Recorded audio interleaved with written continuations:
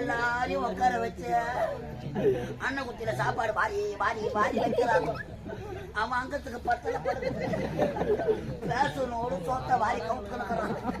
கவுத்துக்கணும் சுத்தி முட்டி தடவி பாக்குறான். சாம்பார் பக்திய பார்த்த உடனே மூஞ்சி தொங்கல ஊத்து மூச்சு. பையன் கோழிக்கறி இல்லையான்னு கேக்குறான்.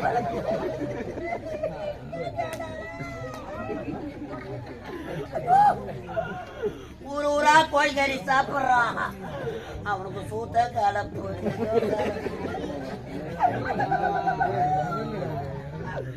பக்கத்துல தூக்கிட்டு வராங்க கோழிக்கறிய பார்த்த உடனே வயந்து உட்கார நல்ல மம்தியில வாரி வைக்கிற மாதிரி 3 கரண்டி வாரி வச்சாங்க. வாரி நல்லா காராமணி கோதரா மாதிரி கோதனானே.